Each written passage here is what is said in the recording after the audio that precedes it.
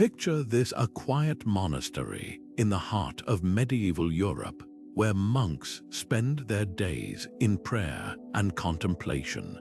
The air is thick with incense, the stone walls echoing with chants. But beneath this surface of piety, a storm is brewing. A lone alchemist, a wanderer with ink-stained hands and a mind full of secrets, arrives at the gates. He carries nothing but a worn parchment, a recipe so potent it would soon tear the monastery apart. This isn't just a story of science or faith, it's a clash of worlds where the pursuit of knowledge collides with the unyielding walls of tradition. How could a single piece of parchment ignite a rebellion? What forbidden wisdom did it contain? The answer lies in the alchemist's recipe, a formula so revolutionary it threatened to unravel the very fabric of the monastery's order. In an age where the church guarded truth like a treasure, the alchemist's discoveries blurred the line between miracle and heresy. Was it a divine revelation or dangerous sorcery? The monks were divided. Some saw it as a gift from God, a key to unlocking nature's deepest mysteries. Others trembled at the thought of tampering with forces beyond mortal understanding. The recipe became a battleground, pitting brother against brother in a struggle that would leave the monastery forever changed. This is the story of how curiosity can shake the foundations of even the most steadfast institutions. It's a tale of ambition, fear, and the unquenchable human desire to push beyond the known. By the time we're done, you'll see how one man's quest for enlightenment became a spark that set an entire community ablaze. So settle in, because what unfolds is more than history. It's a reminder that the pursuit of knowledge has always been a dangerous, dazzling dance between revelation and rebellion. And it all began with a single, wandering alchemist and his fateful recipe. The alchemist's story begins in the shadowy corners of medieval academia, where the pursuit of knowledge often danced on the edge of heresy. Expelled from one of Europe's great universities for experiments that defied both church doctrine and scholarly convention, he became a figure of whispered legend. Some chronicles describe him as a man with piercing eyes and a voice that carried the weight of hard-won wisdom, a healer who could mend wounds with potions distilled from moonlight and rare herbs. Others paint him as a dangerous radical, a collector of forbidden manuscripts who traded secrets with fellow exiles in dimly lit taverns and crumbling towers. What's clear is that his journey was one of relentless curiosity. He wandered from city to city, monastery to monastery, always seeking, always questioning. In an era where most knowledge was locked behind the walls of institutions, he moved like a shadow, gathering fragments of understanding from alchemists, mystics, and even rogue physicians. Some say he studied under a reclusive master in the mountains of Bohemia, learning to transmute not just metals but the very fabric of perception. Others claim he uncovered ancient texts in the libraries of Moorish Spain, where Christian, Jewish, and Muslim scholars once debated the mysteries of the natural world without fear. Yet for all his learning, the alchemist remained an outsider. The very knowledge that fueled his brilliance also marked him as a threat. By the time he arrived at the monastery gates, he carried more than just a recipe. He carried the weight of a lifetime spent challenging the boundaries of what was known and permitted. And in that sacred place of silence and scripture, his presence would prove as disruptive as a spark in a room full of gunpowder. The monks had no way of knowing it yet, but this wanderer, part scholar, part outcast, was about to turn their world upside down. The forbidden recipe was no ordinary formula. The fragments that survived describe a mixture of crushed nightshade, distilled mercury, and a mysterious substance referred to only as the philosopher's catalyst. Some historians argue this was an early attempt at gunpowder, citing the inclusion of saltpeter in later copies of the text. Others point to accounts of monks experiencing visions after handling the concoction, suggesting it contained psychoactive compounds known to medieval herbalists. Whatever its true nature, the recipe represented something far more dangerous than its ingredients. It was a challenge to authority. In a time when the Church dictated what knowledge was permissible, this formula blurred sacred boundaries. The nightshade could heal or kill depending on dosage. The mercury, prized by alchemists for its liquid metal properties, symbolized transformation itself. And that unnamed catalyst, some scholars speculate it was a coded reference to the human mind, the one ingredient capable of turning base ideas into revolt. When the alchemist shared his work, he wasn't just passing along instructions. He was offering the monks a choice to remain obedient scribes or become experimenters in their own right. The reaction was immediate and explosive, not in the literal sense, but in the way wildfire consumes dry timber. Younger monks, particularly those tasked with copying medical texts, began sneaking into the herb gardens after Vespers. The monastery's meticulous records show sudden shortages of saffron and wormwood, ingredients never before missing in such quantities. Meanwhile, the abbot's private correspondence reveals growing alarm. They speak of dissolving the boundaries between heaven and earth. He wrote to a bishop, as if God's mysteries could be unlocked in a crucible. What made this recipe so incendiary wasn't just its contents, but what it represented. For centuries, monasteries had been the keepers of knowledge, copying ancient texts word for word under strict supervision. Now, here was a document that encouraged not just reading, but doing. It invited curiosity, trial, error, the very things institutional power often fears most. The abbot recognized the threat immediately. If monks could transform matter, what else might they dare to transform? The social order, the church itself. By the time the first fires were lit beneath unauthorized alembics, the split was irreversible. The monastery became a microcosm of the larger struggle between tradition and discovery. And at the center of it all lay that damned parchment, its edges frayed from eager handling, its ink smudged by trembling fingers, proof that ideas once unleashed can never be bottled again.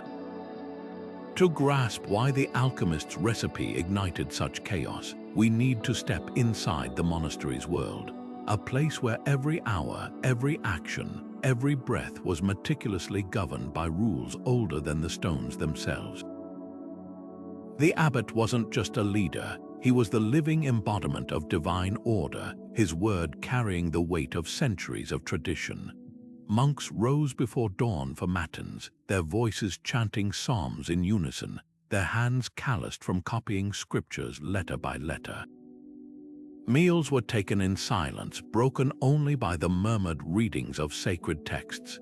Even the gardens were planted in precise rows, herbs segregated by their approved uses, healing, not experimenting. Yet beneath this surface of perfect obedience, cracks had already begun to form. Take Brother Anselm, a scribe with ink-stained fingers and a mind too restless for transcription.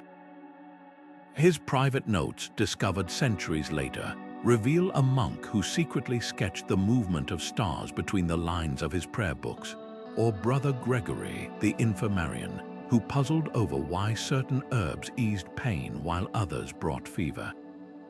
These men weren't rebels, not yet, but they carried questions like embers waiting for a spark. The monastery's greatest strength, its unbroken chain of discipline, was also its vulnerability. For generations, it had operated as a closed system, filtering knowledge through the sieve of orthodoxy. Ancient medical texts were copied but never questioned. Astronomy served to calculate Easter's date, not ponder the cosmos. Then came the alchemist, who didn't just bring a recipe, he brought a way of thinking. When he asked why the monks accepted that Mercury could symbolize Christ's resurrection but feared to study its properties, he wasn't attacking their faith.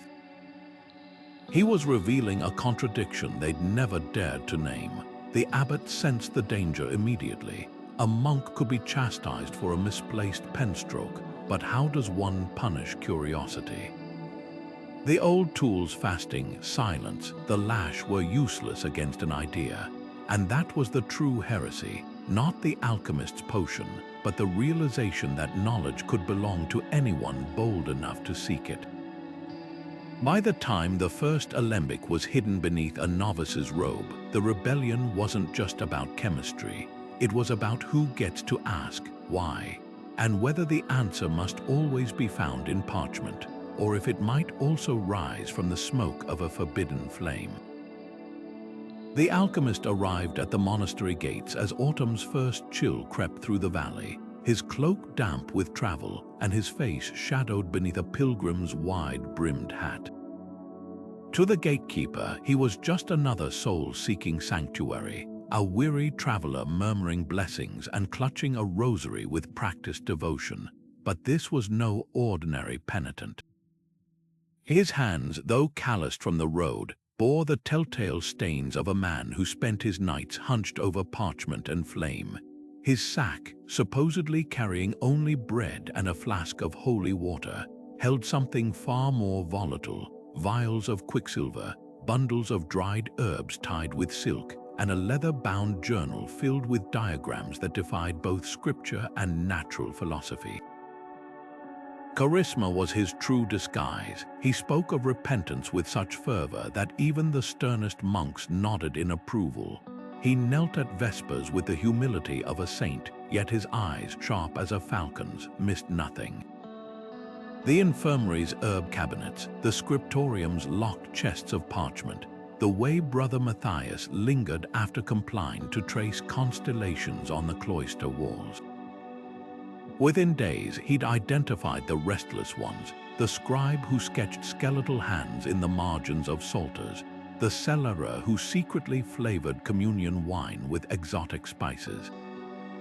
To these men, he offered not salvation, but something more intoxicating proof that the world held mysteries older than the church itself. Night became their sanctuary. While the abbey slept, they gathered in the herb garden's moonlit corners or the forgotten crypt beneath the chapel. At first, it was just talk, whispers of Paracelsus and the Baghdad scholars, debates over whether the soul resided in the heart or the brain. But then the alchemist unrolled his parchments. One showed a furnace design that could melt lead into shimmering beads. Another detailed a tincture that made candle flames burn blue without heat. The monks watched breathless as he demonstrated not with grand gestures, but with the quiet certainty of a man who'd seen the impossible made real. The abbot, though, was no fool.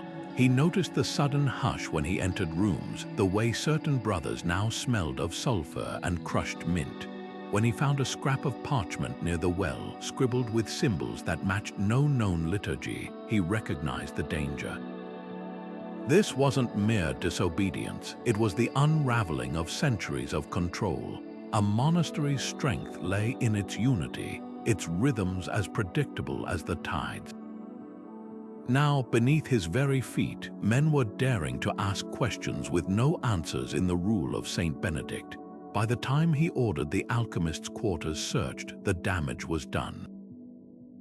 The forbidden knowledge had already slipped into the abbey's bloodstream, carried not just on parchment, but in the minds of men who'd tasted a truth too potent to forget. The stage wasn't just set for a clash, it was already smoldering. First whispers of change drifted through the monastery like smoke from a censer, thin at first, barely noticeable between the familiar rhythms of prayer and labor. Brother Thomas, once the most diligent of scribes, began leaving gaps in his transcriptions, his quill hovering over the page as if waiting for some unspoken inspiration. In the refectory, Brother Lucian startled his tablemates by laughing aloud during the silent meal, claiming he'd seen the Virgin Mary winking at him from a sunbeam. These weren't acts of rebellion, not yet, but cracks in the facade of perfect obedience. The visions came first. Monks who'd handled the alchemist's tinctures described luminous dreams where scripture dissolved into living color, angels with faces like constellations. Parables were written with endings the church had never sanctioned. Some returned from these experiences radiant, insisting God had shown them a purer path. Others woke trembling, their faith shaken by revelations too strange to reconcile with doctrine. The infirmary logs from that winter tell their own story. Requests for sleeping draughts tripled, while the stock of calming chamomile dwindled to nothing. Defiance grew bolder in the shadows. Pages vanished from the Abbey's most guarded manuscripts, only to reappear days later smudged with strange annotations. The midnight office, once attended without fail, now found half its benches empty, not from laziness, but because monks were slipping away to pore over forbidden texts by candlelight. Even the monastery's cats seemed to sense the shift, their yellow eyes tracking movements that defied the rule's careful order. When the abbot ordered the granary searched, they found more than missing food. Beneath sacks of barley lay Brother Anselm's makeshift laboratory, a stolen mortar stained indigo from grinding lapis lazuli, a clay crucible still warm from some hurried experiment. The real shock came when they shook out his mattress, not for hidden contraband, but because the straw crackled with static, as if charged by some unnatural force. Surveillance tightened overnight. Novices were paired with elder monks as spiritual guides, a transparent ruse for constant supervision. The abbot's sermons took on a new edge, warning of serpents who clothed heresy in the language of enlightenment. Yet for every monk who recoiled, another leaned closer to the flame. The rebellion wasn't in grand speeches or broken vows, but in the way Brother Matthias now hesitated before making the sign of the cross, as if testing whether the gesture still held meaning, or if some new sacrament might take its place. The abbot's crackdown came not with a whisper, but with the thunder of iron-shod boots on stone. Before dawn one bitter morning, armed lay brothers stormed the dormitories, overturning pallets and ripping through the few personal possessions monks were allowed to keep. Books, even approved ones, were confiscated by the armful. In the scriptorium, scribes watched in horror as years of marginal notes were scraped from parchment with knives, the abbot declaring any mark not sanctioned by Rome to be potential heresy. Brother Anselm's star charts, so carefully hidden beneath his floorboard, crackled in the courtyard bonfire alongside bundles of dried herbs that might have been medicine or might have been something far more dangerous. Interrogations followed in the chapter house, now stripped of its usual trappings of communal debate. Monks were questioned one by one, not by gentle confessors but by hard-eyed clerics brought in from the bishop's court. The methods were subtle but devastating, endless repetitions of the rule of Saint Benedict, forced vigils without sleep, the careful dissection of every word spoken in defense. 3 brothers broke within days, naming names between sobs. Others held firm until the abbot played his cruelest card, withholding the Eucharist, leaving devout men to tremble at the thought of dying unshriven. Yet even as the net tightened, the alchemist moved like a shadow through his own downfall. He'd anticipated this moment, preparing his closest followers with coded warnings. When guards came for his cell at midnight, they found only a mocking tableau, a stole draped over a pile of straw, a flask of quicksilver left open to evaporate into the air like a vanishing act. But his true work happened in those final hours. Scraps of parchment appeared mysteriously in meal sacks, each bearing fragments of his teachings. a novice on latrine duty found symbols scratched into the damp clay beneath the privy. Most damning of all, the monastery's great iron key to the relic cabinet went missing, not stolen, but melted down and recast into a crude alembic left prominently on the abbot's prayer desk. Resistance turned to open revolt on the feast of St. Jerome, patron of scholars. As the community gathered for Mass, 7 monks stepped forward during the homily, not to receive blessing, but to publicly demand the right to study God's creation as he made it, not as men would cage it. The abbot, face purpling beneath his mitre, ordered their immediate arrest. What happened next depends on which account you believe. Some chronicles describe a miracle, a gust of wind extinguishing every candle in the chapel as the rebels vanished into the darkness. Others tell of a brawl that left blood on the altar steps and a stained glass window of the Last Judgment shattered by a flung censer. By morning, the monastery stood divided. Nearly a third of the brothers had fled under cover of night, their abandoned habits found neatly folded at the gates. Those who remained faced a grim choice: submit utterly or face the bishop's inquisition. Yet even in victory, the abbot couldn't erase what had been set in motion. The very stones of the place seemed charged with restless energy, as if the alchemist's ideas had seeped into the mortar itself.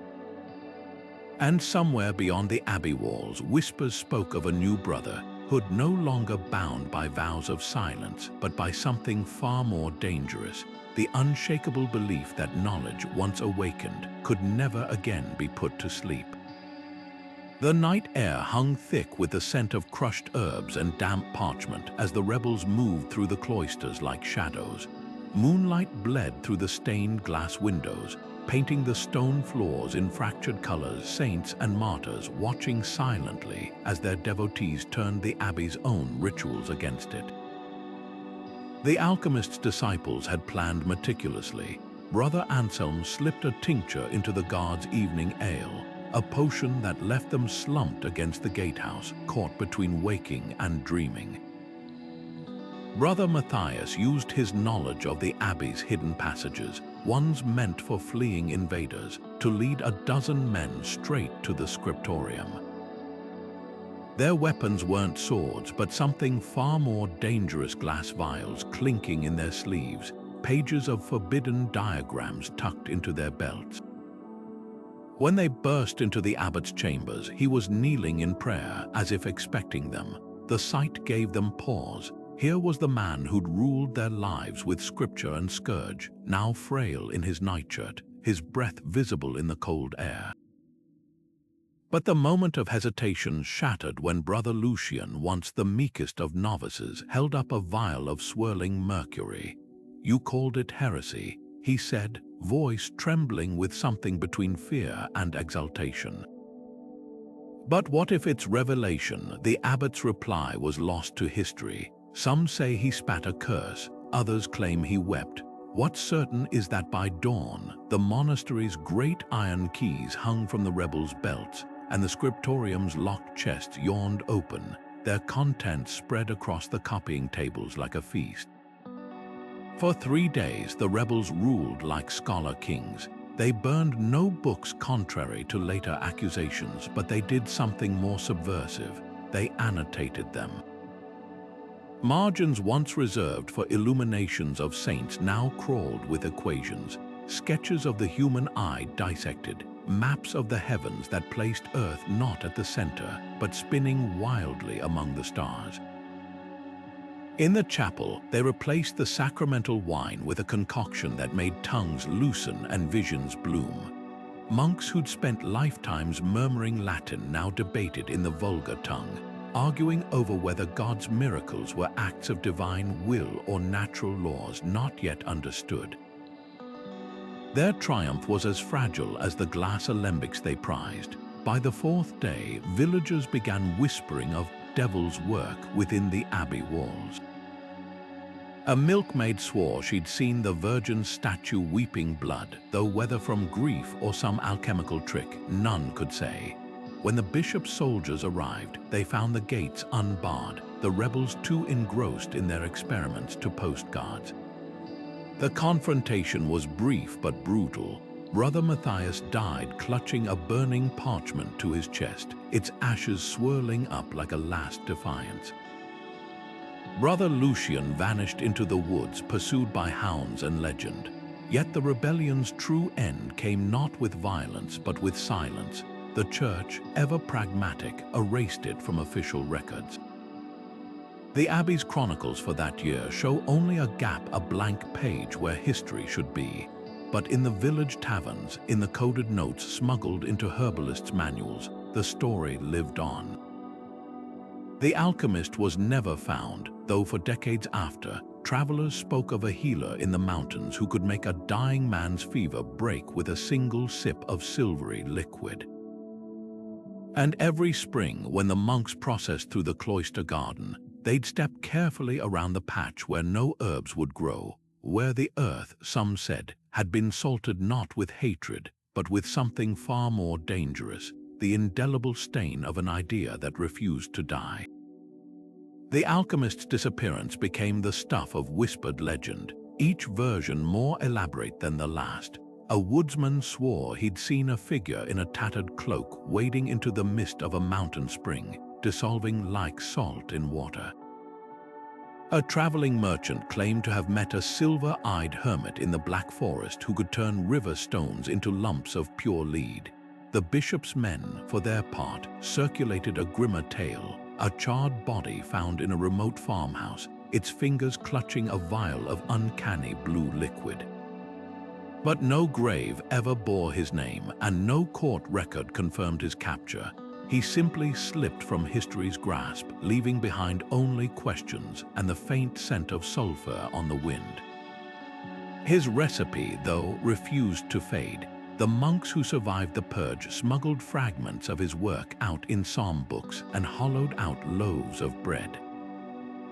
One scrap surfaced in a Parisian apothecary's shop 2 centuries later, tucked between pages of a manual on humoral medicine.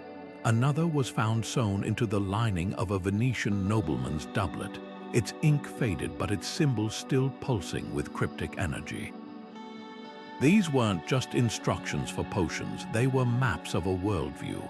The alchemist had written between the lines, embedding subversive ideas in the language of chemistry. A notation about distilling rosewater might conceal a meditation on the nature of the soul. A diagram of a furnace could double as a blueprint for societal change. By the Renaissance, his influence had seeped into unexpected places. A young Paracelsus was said to have paid a king's ransom for a single page of the alchemist's notes, later paraphrasing them in his own revolutionary medical texts. A radical sect of Franciscan friars used his symbols as coded rallying points during peasant uprisings. Even Isaac Newton, centuries later, devoted pages of his private journals to deciphering the alchemist's theories on celestial mechanics, proof that the wanderer's ideas had transcended their medieval origins to spark fires in the Age of Reason. Yet the Church never stopped hunting his legacy. The Index of Forbidden Books listed his works by name well into the 18th century, and as late as 1923, a Vatican librarian was caught systematically defacing manuscripts that bore his distinctive marginalia. The irony was palpable. The very forces that sought to erase him only cemented his myth. Every act of suppression turned his scraps of parchment into holy relics, his half-remembered experiments into acts of defiance. Today, historians still puzzle over his true fate. Was he a man at all, or a composite of rebellious thinkers scrubbed from the record?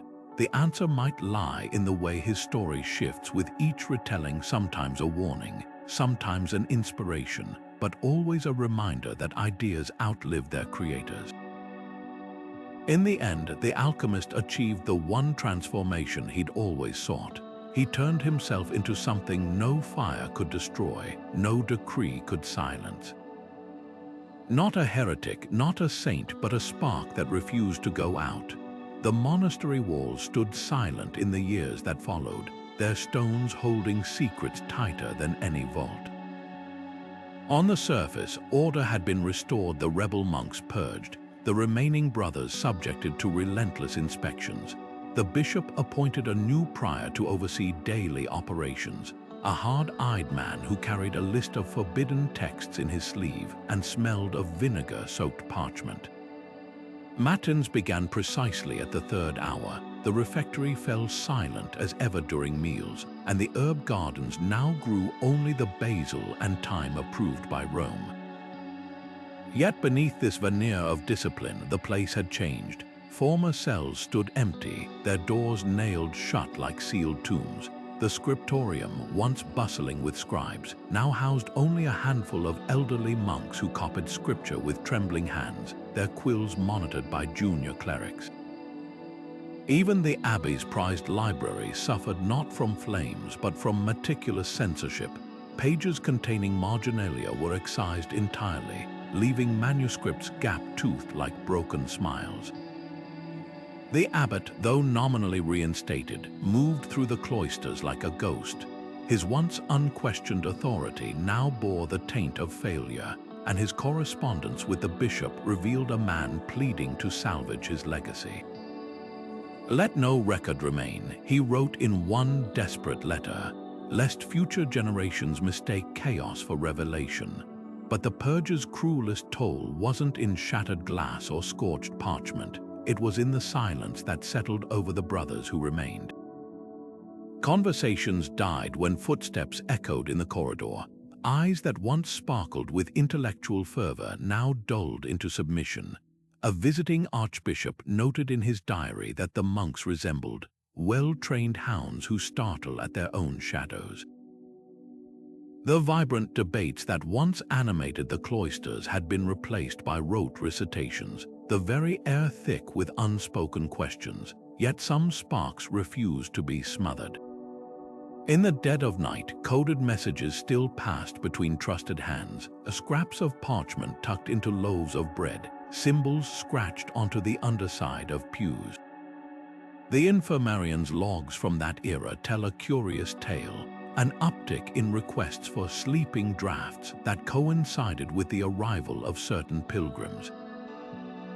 Among the monastery's account books, one ledger stands out, its mundane records of candle purchases and grain shipments interrupted by strange annotations. Between entries for sacks of flour, a careful hand had penned fragments of the alchemist's formulas disguised as inventory notes. White powder, 3 measures, might refer to salt. Or something far more volatile. The church's victory was undeniable but incomplete. For every rebel sent to a penitentiary, another slipped into the countryside, carrying not weapons but ideas.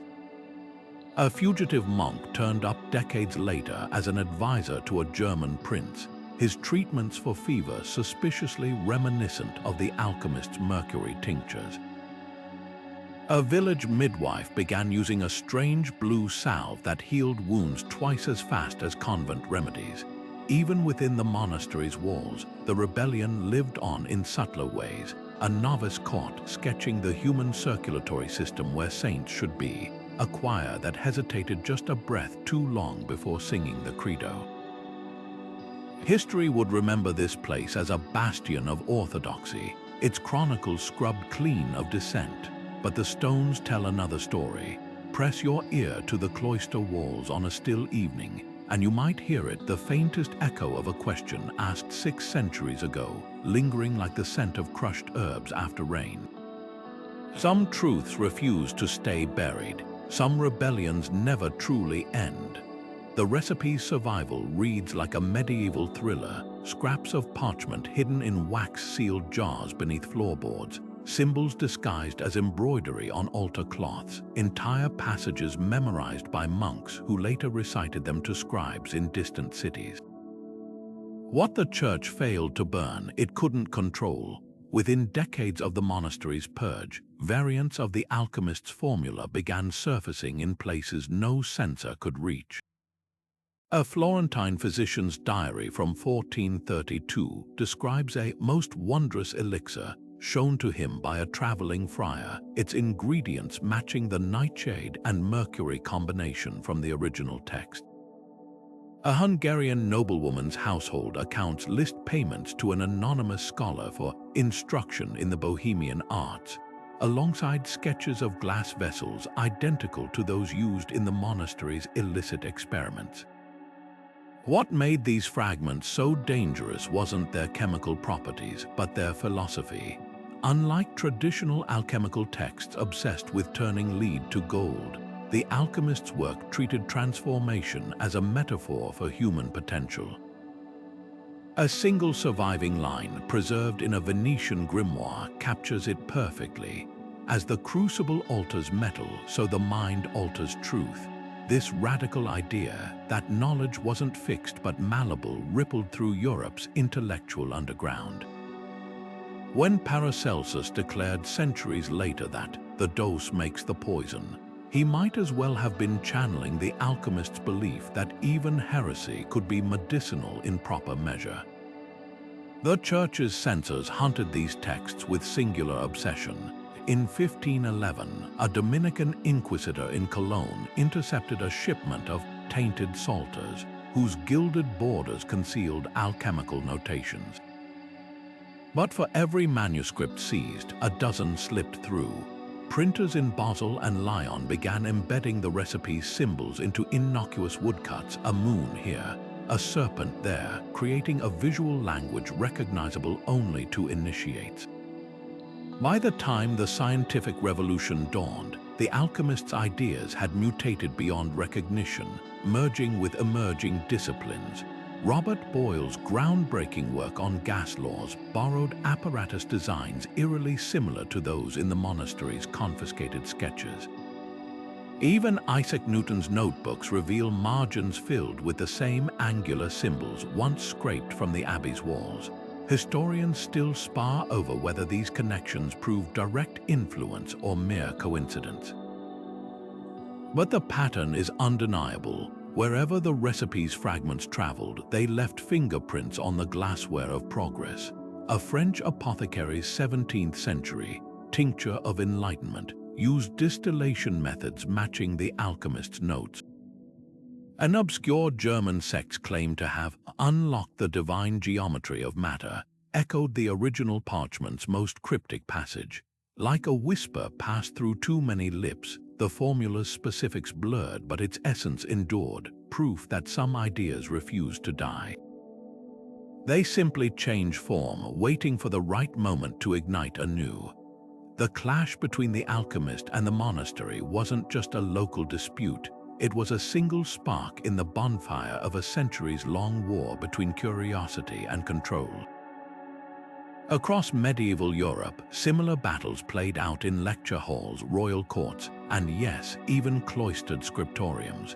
What made this moment so explosive wasn't just the ingredients in a flask, but the collision of two irreconcilable worldviews.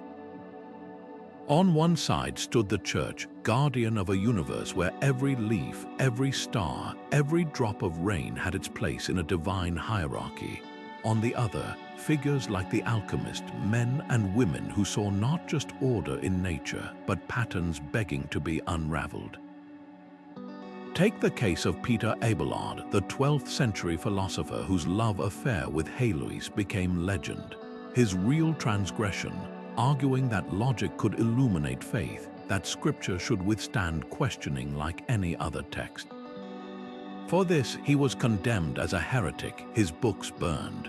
Or consider Hildegard of Bingen, the visionary abbess who composed hymns to God while secretly documenting herbal remedies that bordered on experimental science.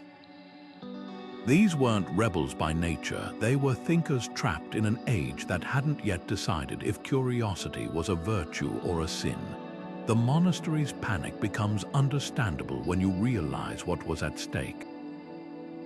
For over 1,000 years, the Church had been Europe's sole librarian, its scribes painstakingly copying texts deemed acceptable while others molded in vaults or turned to ash.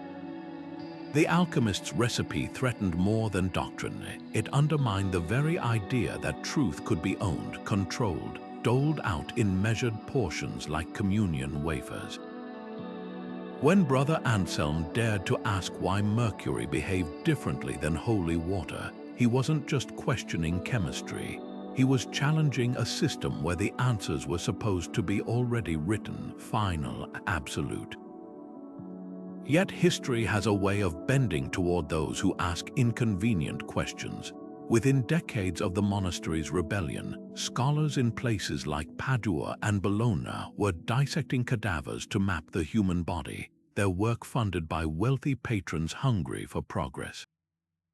The compass and astrolabe, once viewed with suspicion as tools that might defy God's will by guiding men too precisely, became instruments of exploration. Even the Church's own scholars, like Thomas Aquinas, began weaving Aristotelian logic into theology, proving that even stone walls can't hold back the tide forever. The alchemist himself would have recognized this pattern the way resistance often precedes transformation. In his surviving fragments, he wrote of lead not as a base metal, but as a substance, heavy with potential, awaiting only the right heat, the right hand to become something new. The same could be said of the medieval mind. The rebellion he sparked wasn't just about one recipe or one monastery. It was about the moment Europe began to realize that the universe might be far stranger, far more wondrous than anyone had dared to dream.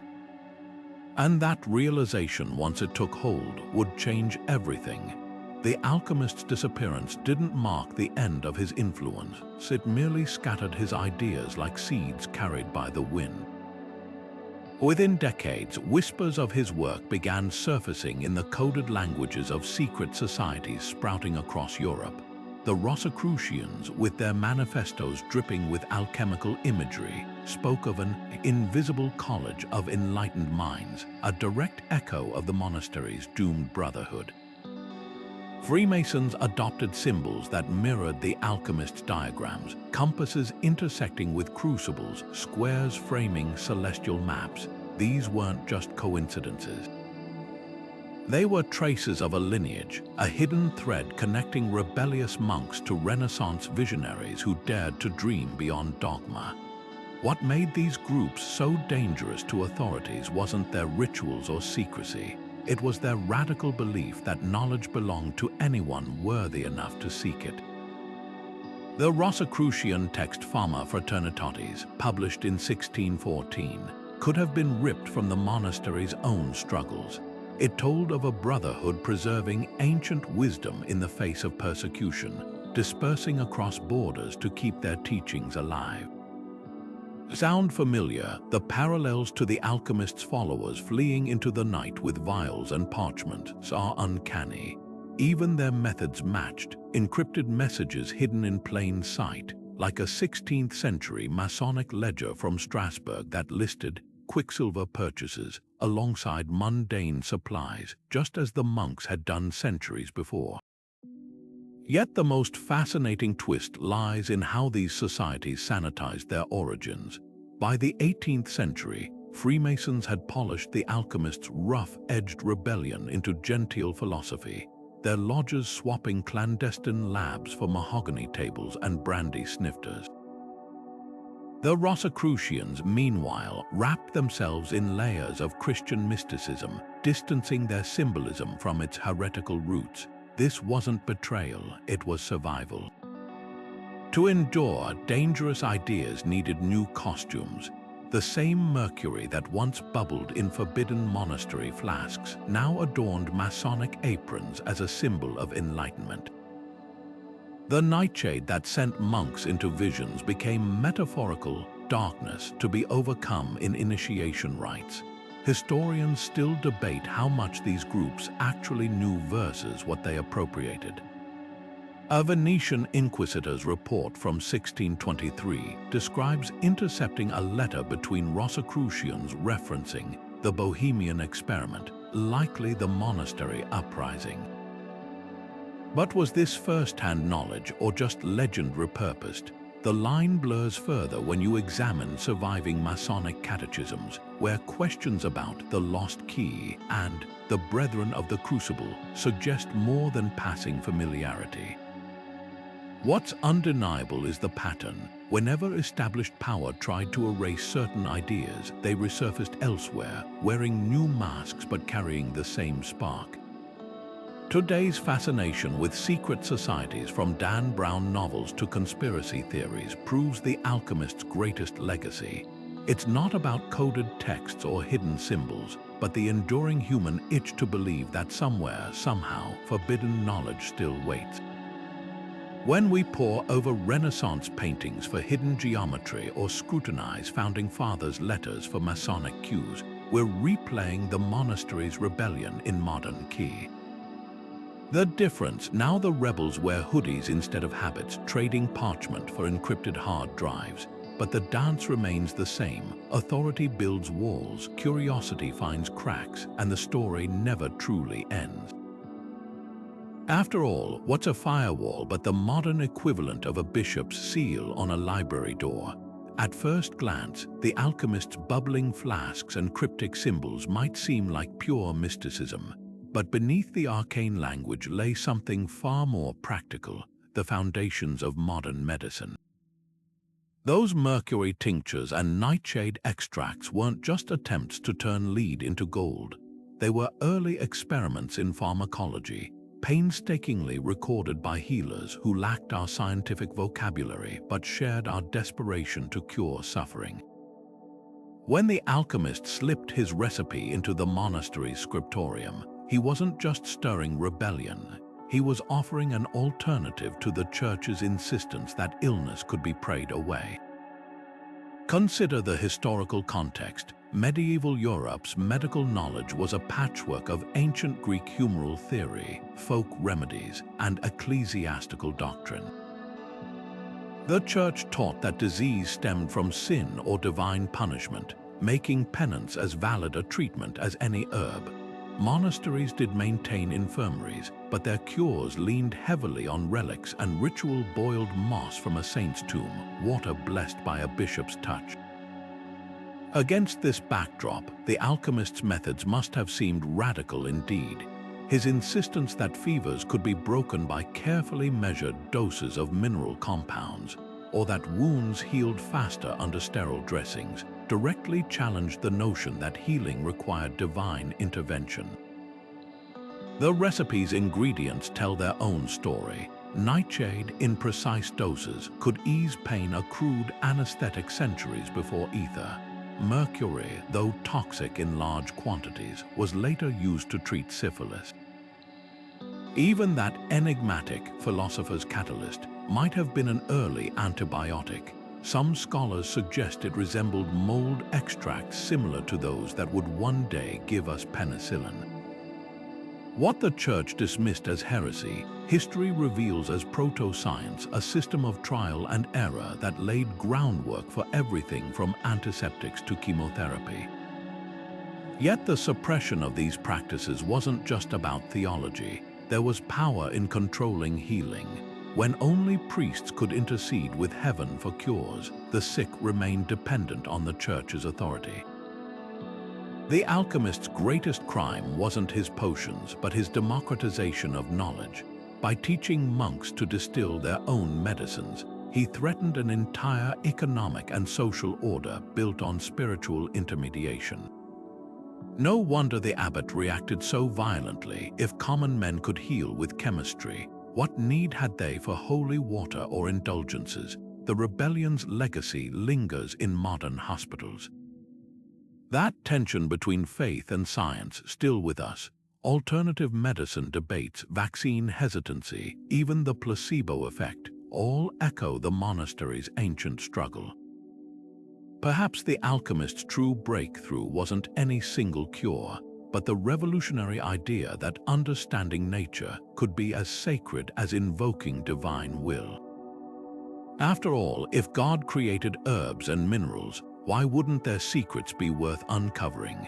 The monks who risked everything to preserve his recipe might not have fully grasped its implications, but they sensed something we now take for granted: that healing, whether by prayer or penicillin, is always an act of hope.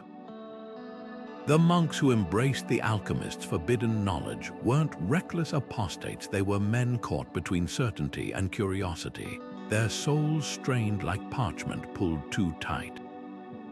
Imagine spending decades copying scripture by rote, your world confined to the same stone walls, the same chanted psalms, the same unanswerable questions swallowed with each silent meal. Then comes a stranger offering not just answers but agency, the chance to touch the divine not through intermediaries but with your own ink-stained hands. For some, the recipe's allure wasn't about rebellion at all. It was about finally feeling the presence of a god who'd grown distant behind layers of ritual. Witness Brother Elias, who'd spent 20 years transcribing the Book of Job without ever daring to ask why the righteous suffered. After tasting the alchemist's tincture, he described a vision where suffering wasn't a test, but a forge, reshaping souls like metal in a crucible. Or Brother Paulinus, the Abbey's most obedient gardener, who one night uprooted every medicinal herb to rearrange them by properties the Church never acknowledged. These weren't acts of defiance, but of desperate devotion. When your entire existence has been spent kneeling, even the faintest promise of standing can feel like rapture. Yet for others, the rebellion was more visceral. The monastery's rigid hierarchy left young monks like Brother Damien assigned to clean latrines despite his knack for languages, seething with wasted potential. The alchemist didn't just offer knowledge, he offered recognition. Suddenly, the lowliest novices found themselves deciphering symbols their superiors couldn't comprehend, their hands steadying crucibles while the abbots trembled with rage. Power shifts like that don't just disrupt routines, they shatter identities. The psychological toll cut both ways. Those who resisted the alchemist faced their own crisis.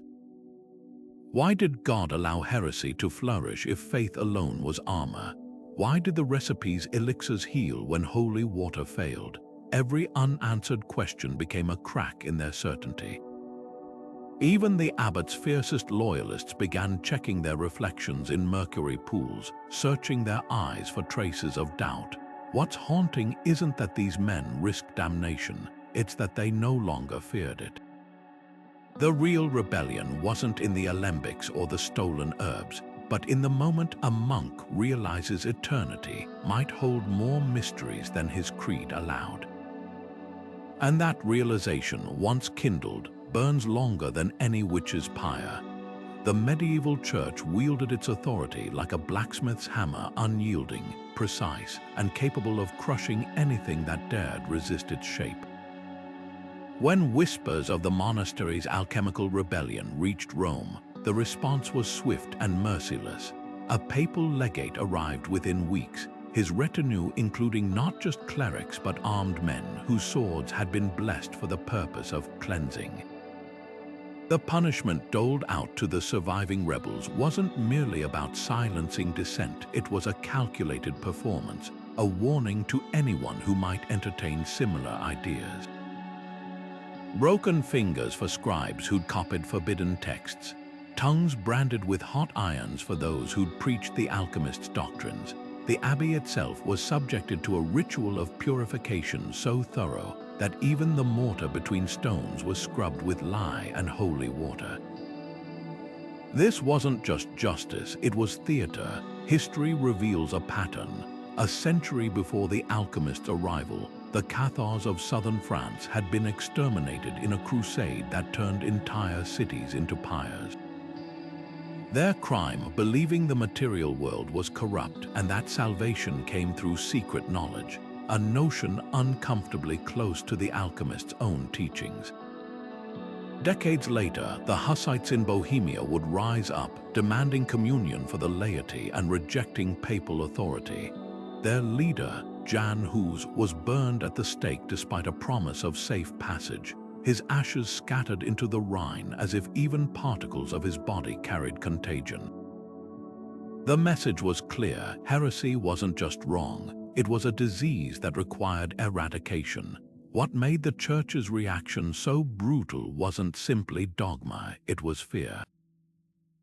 The alchemists' followers hadn't just questioned doctrine, they demonstrated that knowledge could spread faster than any inquisition could contain it.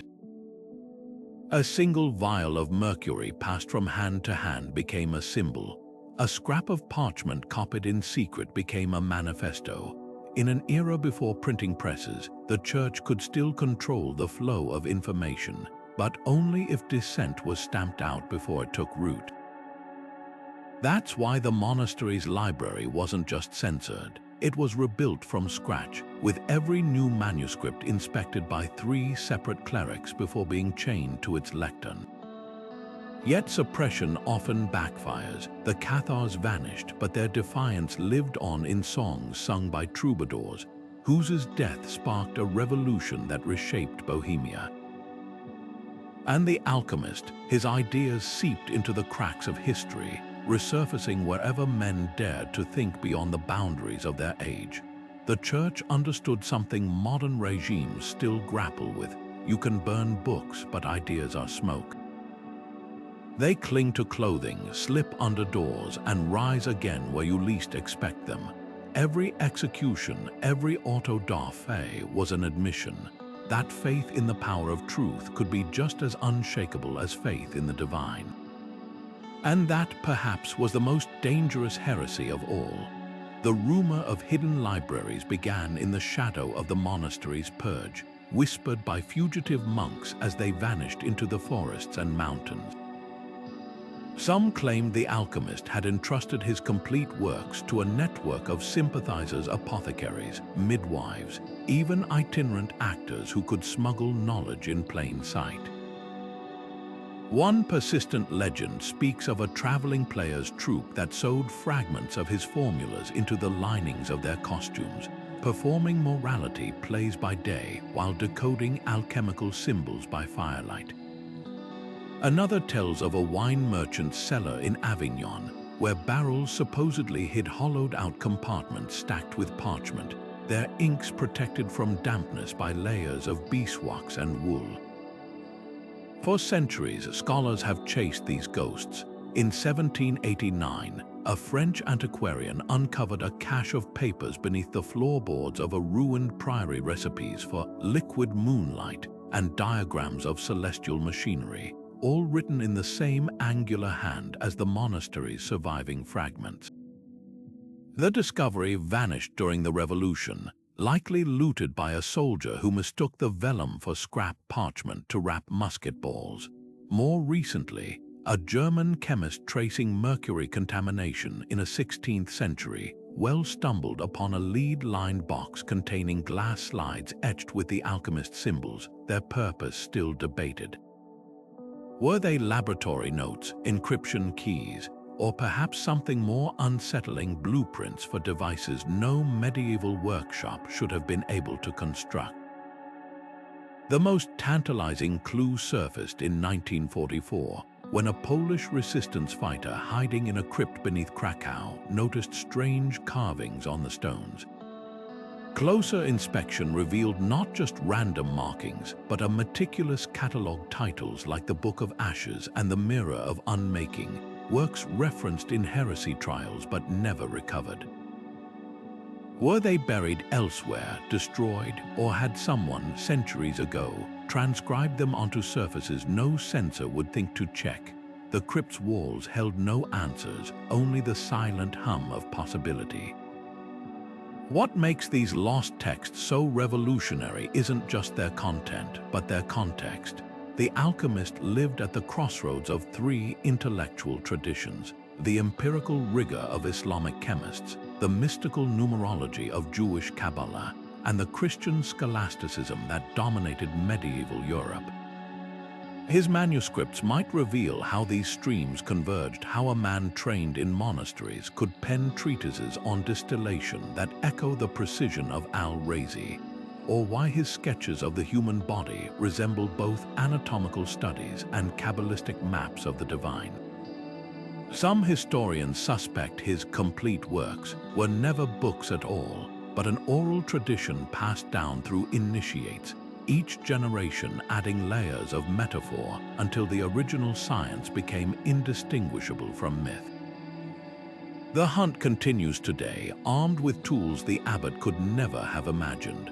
Multispectral imaging recovers erased palimpsests, while AI deciphers patterns in fragmentary texts. A team in Catalonia recently used ground-penetrating radar to scan a medieval hermitage, uncovering cavities that match descriptions of the Alchemist's hidden vaults. They've yet to break through the stone funding issues, bureaucratic delays, but the air itself seems charged with anticipation. What if the next great discovery isn't in some forgotten cellar, but right beneath our feet, waiting for the right moment to resurface? After all, the alchemist's greatest lesson was that transformation requires patience. 600 years might just be the beginning. The Alchemist's rebellion might feel like a relic of the distant past, but its echoes reverberate in today's most heated debates. Think about the modern clashes between scientific breakthroughs and entrenched beliefs, vaccine hesitancy, climate change denial, even the ethical dilemmas of artificial intelligence. The players have changed, but the script remains eerily similar. A lone innovator challenging the status quo, only to face accusations of heresy, recklessness, or worse. 600 years ago, the Church controlled access to knowledge through scriptoriums and censors. Today, algorithms and misinformation campaigns dictate what truths reach the public square. The battlefield has shifted from parchment to pixels, yet the war over who gets to define reality rages on. Consider the parallels. Just as medieval monks feared the alchemist's potions might unravel divine order, modern institutions often resist discoveries that disrupt economic or political systems.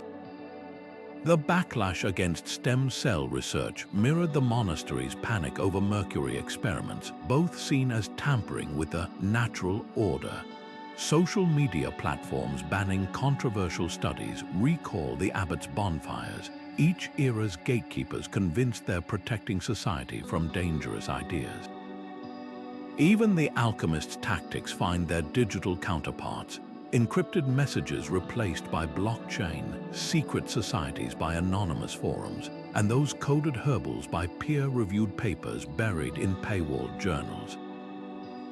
Yet there's a crucial difference. The alchemist operated in a world where knowledge was scarce, locked behind monastery walls or guarded by Latin-literate elites. Today, we drown in information but starve for wisdom. The real rebellion isn't against censorship, it's against the noise. When anyone can broadcast half-truths as easily as facts, the alchemist's quest for clarity feels more urgent than ever. His story teaches us that progress has always demanded discernment, the courage to separate revelation from deception, whether in a medieval crucible or a modern lab. Perhaps that's why his legend endures. In an age where authority is both distrusted and demanded, where science and conspiracy theories vie for attention, the alchemist's dilemma is ours. Do we cling to comfortable certainties or brave the disorienting wilderness of the unknown? His parchment wasn't just a recipe, it was a mirror, reflecting the timeless tension between the safety of the familiar and the transformative power of doubt. And that's a formula no era can escape. Debunking myths about the Alchemist's rebellion reveals how history bends under the weight of imagination. Over centuries, the story has been stretched like parchment over a flame, sometimes illuminating the truth, more often warping it beyond recognition. Medieval peasants whispered that the alchemist could summon storms with a flick of his wrist, while Renaissance occultists insisted he'd forged a pact with ancient spirits to unlock eternal life. Even today, fringe theorists claim his recipe contained extraterrestrial metals or encoded messages from lost civilizations. These fantastical layers obscure a simpler, more profound reality. The rebellion wasn't about magic, but about the dangerous idea that ordinary men could interrogate the universe without permission. Historians sifting through the fragments face a puzzle missing half its pieces. Church records deliberately omit key details, while rebel accounts survive only as whispers embedded in folk songs and merchant ledgers. Take the infamous Blue Fire, described in a 15th century tavern song. Was it a chemical reaction from the alchemist's mercury experiments, or just poetic license? A recently discovered infirmary log from a neighboring abbey mentions treating monks for visions induced by cursed vapors around the same year, suggesting there might be kernels of truth beneath the legend. The line between fact and folklore blurs further when you examine period artworks. A Bavarian tapestry from 1482 shows robed figures gathered around a glowing flask, their faces lit with expressions of terror and awe. Is this an eyewitness account or an artist's allegory? Without corroborating texts, we're left reading shadows. What makes the Alchemist story so susceptible to myth-making is its very ambiguity. Unlike definitive historical events, battles with dated casualty lists, coronations documented by royal scribes, this rebellion thrived in margins and metaphors. The Church's efforts to erase it only fueled speculation, turning censored gaps into canvases for projection. Romantic poets of the 19th century recast the alchemist as a doomed genius, while Gothic novelists painted him as a Faustian figure trading souls for secrets. Even modern retellings can't resist embellishment. A popular video game casts him as a time-traveling sage wielding forgotten sciences, neatly sidestepping the messy reality of medieval trial and error experimentation. Yet stripping away the myths doesn't diminish the rebellion's significance, it amplifies it.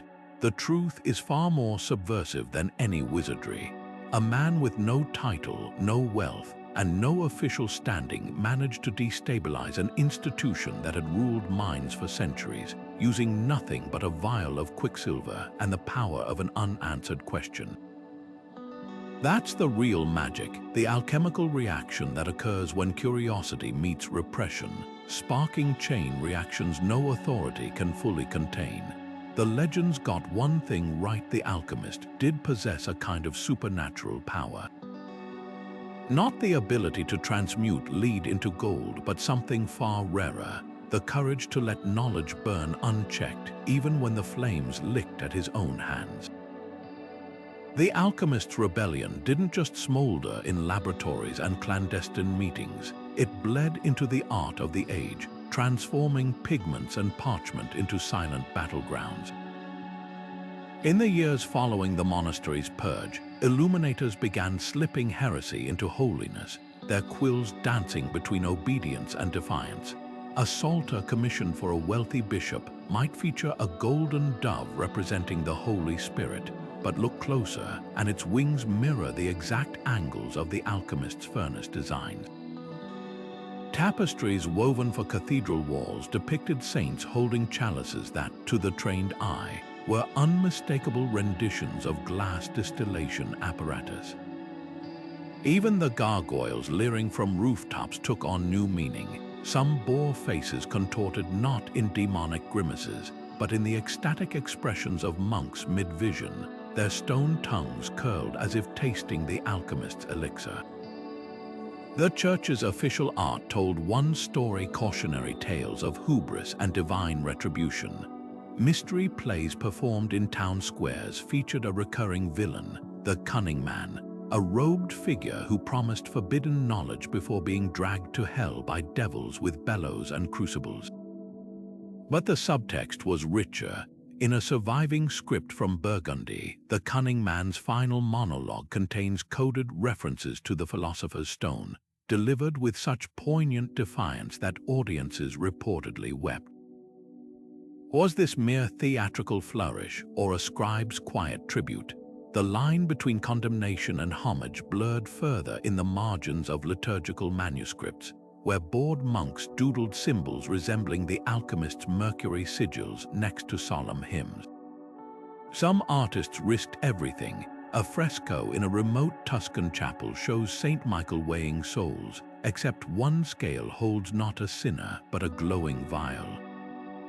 The local priest claimed it represented repentance, but the painter's notes, discovered centuries later, tell a different story. Let them see what they dare not name. More daring still were the woodcuts circulated among apothecaries, their ostensibly medical imagery hiding layers of meaning. A dragon devouring its own tail, an alchemical symbol for eternity, might be disguised as a decorative border around a herbal remedy. A rose window's geometry could secretly map the proportions of the alchemist's famed universal solvent. Poets proved the most elusive dissidents. Court troubadours spun ballads about the wandering sage, a figure who gifted wisdom to peasants before vanishing into mist.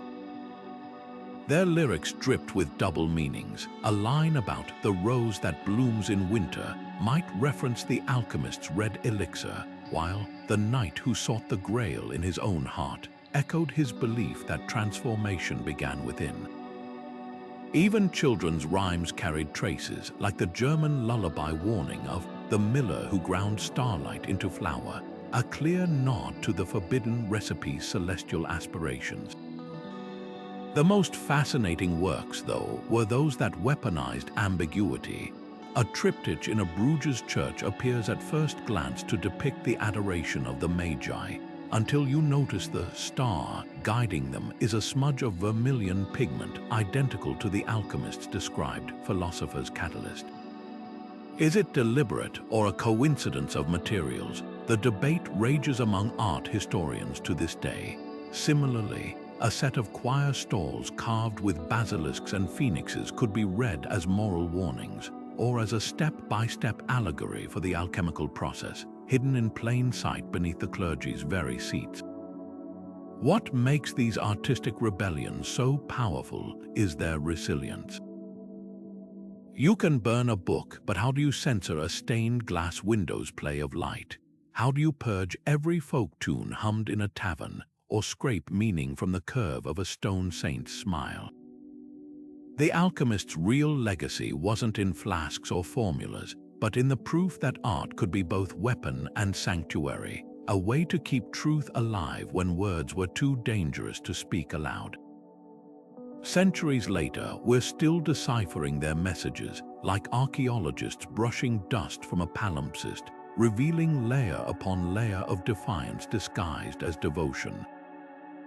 Beneath the monastery's weathered stones, archaeologists have uncovered more than just echoes of the past. They've found physical proof of the rebellion that history tried to erase. In a hidden cellar sealed off for centuries, excavators discovered blackened floor tiles arranged in a perfect circle, their surfaces etched with strange symbols matching those in the alchemist's surviving fragments. Nearby, the remains of a makeshift furnace still held traces of mercury and sulfur, their toxic residue preserved like a chemical fingerprint. These aren't just artifacts, they're crime-scene evidence from a battle between faith and curiosity, frozen in time beneath layers of deliberate concealment. The most startling find came from beneath the scriptorium's flagstones, a cache of half-melted glass vials fused together by intense heat, each containing residues of different colored powders. Chemical analysis revealed nightshade alkaloids alongside metals like silver and antimony, confirming contemporary accounts of the monks' experiments. But the real revelation was the scorched parchment fragments stuck to some vials, their surviving words suggesting these weren't mere medical trials. One legible phrase, veritas per ignum, truth through fire, hints at ritualistic dimensions the church desperately sought to suppress. Walls whisper secrets to those who know how to listen.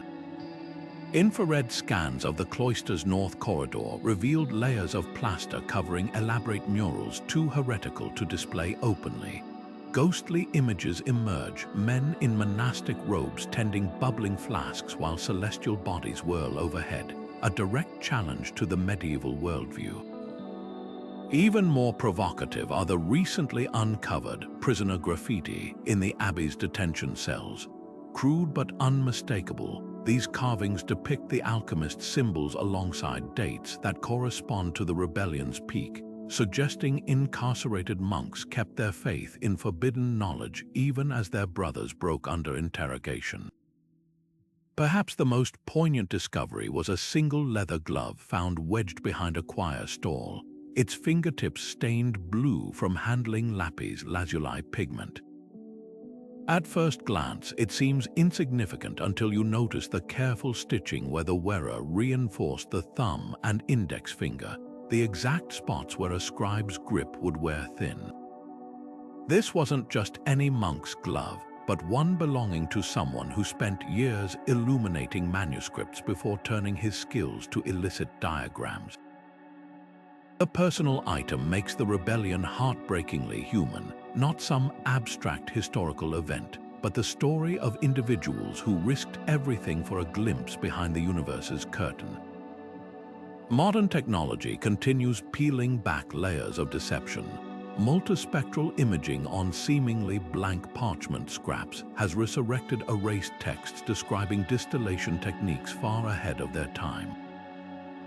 Ground-penetrating radar located a network of tunnels beneath the herb garden, escape routes or secret meeting places, now filled in with rubble. Even the monastery's well-yielded surprises when drained. Dredged from its depths came a lead case containing glass slides etched with star maps, their configurations matching celestial events from the rebellion's timeline. Were these navigational aids for fugitive monks or part of some grander cosmological experiment? Each discovery raises new questions while chipping away at old certainties. The traditional narrative paints the alchemist as a lone heretic corrupting pious men, but the archaeology tells a different story. The sheer scale of hidden workshops and smuggled materials suggests an organized network operating long before his arrival. Perhaps he didn't spark the rebellion, but simply gave voice to simmering doubts the monks already carried. The physical evidence points to something far more radical than textbook histories admit, not a momentary lapse in discipline, but a sustained intellectual uprising with roots deeper and branches wider than anyone dared imagine. As trowels scrape away centuries of dirt, they're revealing not just lost objects but lost perspectives. A charred prayer book open to Psalms might seem like accidental damage until you notice the deliberate placement near the furnace, as if someone wanted scripture to witness their experiments. A broken crucifix found amid chemical debris takes on new meaning when you see where the fracture lines converge, not from a fall, but from a precise strike with a hammer. These aren't random acts of vandalism, but calculated statements. Every scorched manuscript and altered artifact whispers the same truth, that the rebellion wasn't just about challenging authority, but redefining the sacred itself. What makes these archaeological finds so revolutionary isn't their age or rarity, but how they force us to reconsider everything we thought we knew. Written history belongs to the victors, but the dirt preserves all stories equally. As each new layer yields its secrets, we're left with an inescapable realization that the line between heresy and enlightenment was never as clear as the chroniclers claimed. The real alchemy wasn't in turning lead to gold, but in how ordinary men transformed fear into courage, suppression into discovery, and a handful of charred fragments into an immortal testament of the human spirit. The alchemist's recipe wasn't just a heretical curiosity. It might have been a glimpse of scientific progress centuries ahead of its time. Modern researchers poring over the surviving fragments have proposed startling theories about what those cryptic symbols and ingredients could have achieved. The mention of crushed nightshade, for instance, aligns with medieval painkillers derived from belladonna, a plant still used today in controlled medical doses. Mercury, though toxic, was employed as late as the 20th century to treat syphilis, suggesting the alchemist could have been stumbling toward early chemotherapy. Even the mysterious philosopher's catalyst has parallels in ancient Chinese alchemy, where certain mineral mixtures produced reactions resembling modern antiseptics. But the most tantalizing theory involves gunpowder. The recipe's emphasis on precise grinding and careful heating mirrors early explosive formulas from the Islamic world, which reached Europe around the same period. A Spanish alchemical text from the 13th century describes a thundering smoke created from similar ingredients, raising the possibility that the Monastery's rebellion wasn't just ideological, it was sitting on a literal powder keg. Imagine the panic if the church had discovered monks tinkering with substances that could shatter castle walls as easily as dogma. Lost knowledge haunts history's margins. The burning of the Library of Alexandria is the famous tragedy, but quieter erasures happened daily in medieval scriptoria where scribes scraped pagan science from parchment to make room for psalms. An 11th century Persian physician described anesthesia using soaked sponges, a technique forgotten in Europe until the Renaissance. Byzantine grenades filled with Greek fire, a napalm-like substance, vanished when their makers died without heirs. The Alchemist's recipe joins this ghostly catalogue of near discoveries, a reminder that suppression doesn't just silence dissent, it steals potential futures.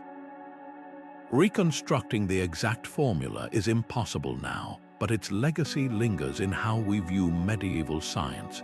For too long, the Middle Ages were dismissed as a dark gap between antiquity and the Renaissance, yet artifacts tell another story. A 9th century Viking lens found in Sweden could magnify with near-modern precision. A 13th century astrolabe from Damascus calculated celestial movements with breathtaking accuracy. The monks' rebellion fits this hidden narrative not as an anomaly, but as proof that curiosity burned even where authorities tried to smother it. What truly unsettles isn't the recipe's contents, but its implications. If one wandering alchemist could edge toward discoveries that would take centuries to rediscover, how many others were silenced?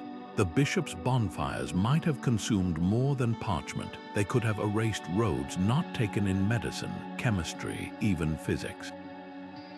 When we picture the rebels' confiscated notebooks melting into embers, we're not just seeing the end of an experiment. We're watching alternate timelines collapse into smoke, leaving us to wonder what brilliance was lost in the ashes. The Alchemist's rebellion has become a canvas for storytellers across centuries, each adaptation painting his legend in hues that reflect their own era's fears and fascinations. A 19th century Gothic novel cast him as a tragic Faustian figure, bargaining his soul not for power, but for truths too radiant for mortal eyes. By the 1960s, he'd morphed into a counterculture icon in psychedelic folk songs, his mercury vials recast as symbols of mind expansion. Today, video games cast players as rogue monks deciphering his symbols in pixelated catacombs, while streaming series imagine him as a time-traveling sage whispering secrets across the ages. These retellings rarely bother with historical accuracy, and that's precisely what makes them so revealing. What unites these wildly different versions isn't the details, but the essence they preserve, the intoxicating allure of forbidden knowledge. A popular role-playing game casts the monastery's uprising as a literal magical revolution, complete with glowing elixirs that grant superhuman abilities. The historical rebels had no such fantastical powers, but the game captures something genuine, the electric thrill those monks must have felt when they first glimpsed a world beyond prescribed dogma. Similarly, a best-selling fantasy novel reimagines the alchemist as a woman disguised as a friar, her gender adding another layer of defiance. While fictional, this twist resonates with the real rebellion spirit, the refusal to accept boundaries, whether imposed by church or society. Yet pop culture often sanitizes the story's sharper edges. Films love the aesthetic of bubbling alembics and candlelit conspiracies, but few grapple with the genuine terror of men risking eternal damnation. A recent historical drama reduced the conflict to a simplistic science versus religion duel, ignoring how deeply faith motivated both sides. The real monks weren't cartoonish rationalists, they were devout men tormented by the possibility that God might approve of their heresy. This complexity gets lost when the tale becomes mere allegory. The most fascinating adaptations are those that weaponize ambiguity. An indie graphic novel presents the alchemist's recipe as blank pages, forcing readers to confront their own yearning for secrets. A haunting orchestral piece composed in 2018 weaves Gregorian chant with distorted mercury vibrations, mirroring the rebellion's dissonance between tradition and innovation. Even a viral TikTok trend had users mixing alchemical potions from household items, unwittingly recreating the monks' amateur experiments. These interpretations thrive precisely because they don't pretend to solve the mystery, they invite us to join it. What makes the Alchemist story so endlessly adaptable is its unfinished nature. Unlike neatly concluded histories, this rebellion lives in fragments and silences, leaving gaps where imagination rushes in. A mobile game casts him as an immortal guiding players through puzzle-filled cathedrals, while a manga reimagines the suppressed monks as spectral librarians guarding lost knowledge. Neither claims to be factual, but both echo the truth that history's most dangerous ideas refuse to stay buried. The real magic of these retellings lies in their collective effect. Like the rebel monks passing scraps of parchment hand to hand, each adaptation ensures the story survives not intact but evolving. A children's cartoon might turn the alchemist into a kindly wizard, while a grimdark novel paints him as a manipulative cult leader. Yet all keep the central spark alive, the radical notion that curiosity is worth any cost. 6 centuries later, the alchemist still wanders through our stories, his robe now pixels or prose, his crucible replaced by game controllers or graphic panels, but his challenge remains unchanged. Will you accept the world as it's given or dare to transform it? 6 centuries may separate us from the Monastery's rebellion, but the alchemist story pulses with urgent lessons for our digital age. We live in a world where information floods our screens, yet truth feels more elusive than ever. The monks risked everything for scraps of forbidden knowledge. Today, we drown in data but starve for wisdom. The real parallel isn't scarcity versus abundance, it's about who controls the narrative. Medieval bishops burned manuscripts. Modern algorithms amplify or silence voices with equal indifference. The danger isn't just suppression anymore, it's distraction, the way 1,000 trivial trends can make us forget what's worth fighting for. Consider how easily curiosity gets commodified today. The alchemist's disciples smuggled fragile vials of insight through dark corridors. We scroll past breakthroughs between cat videos and ads. Their rebellion reminds us that true learning demands more than passive consumption. It requires the courage to sit with discomfort, to question not just authorities but our own assumptions. When the monks hesitated before signing the creed, they weren't rejecting faith, they were insisting it could withstand scrutiny. That same tension plays out in modern debates, from vaccine hesitancy to AI ethics. The alchemist's real formula wasn't chemical, it was a blueprint for intellectual courage in the face of dogma. Yet there's hope in the rebellion's afterlife. Just as fragments of the recipe survived in folk songs and merchant ledgers, today's suppressed ideas find cracks in the digital walls. Whistleblowers leak documents to encrypted servers. Scientists publish preprint studies when journals censor them. Even schoolchildren organize banned book clubs. The tools have changed, but the human impulse remains the refusal to let any institution, whether medieval church or modern platform, be the final arbiter of truth.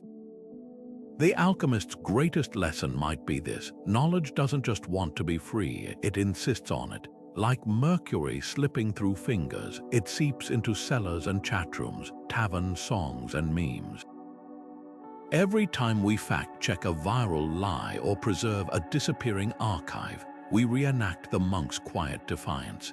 Their rebellion wasn't just medieval history, it's an operating manual for anyone who believes that understanding the world isn't a privilege but a birthright. The parchment may have burned, but the spark still jumps. The wandering alchemist's recipe did far more than spark a fleeting revolt. It exposed the eternal friction between those who guard knowledge and those who dare to pursue it, no matter the cost. Across 6 centuries, his story hasn't faded into obscurity because it's not really about medieval monks or mercury vials. It's about the moment someone looks at a wall, whether built of stone, doctrine, or algorithms, and asks, what lies beyond? That question terrifies authority in any age. The Church feared it would unravel divine order. Modern institutions often react the same when faced with disruptive truths, whether in science, politics, or art. The alchemist's real legacy isn't a chemical formula, but the unshakable conviction that curiosity is the most revolutionary force humanity possesses. Consider how his rebellion mirrors today's battles. Medieval scribes hid subversive texts in psalm books. Now, whistleblowers encrypt files or leak to decentralized servers. The Abbot's censors scraped away marginalia. Today, content moderators and algorithms silence inconvenient voices with equal efficiency. Even the alchemist's fate vanishing into legend finds echoes in modern dissidents erased from official records or disappeared by regimes. The tools change, but the pattern holds. Power survives by controlling narratives, while progress depends on those willing to crack the vault. Yet there's a crucial difference between then and now.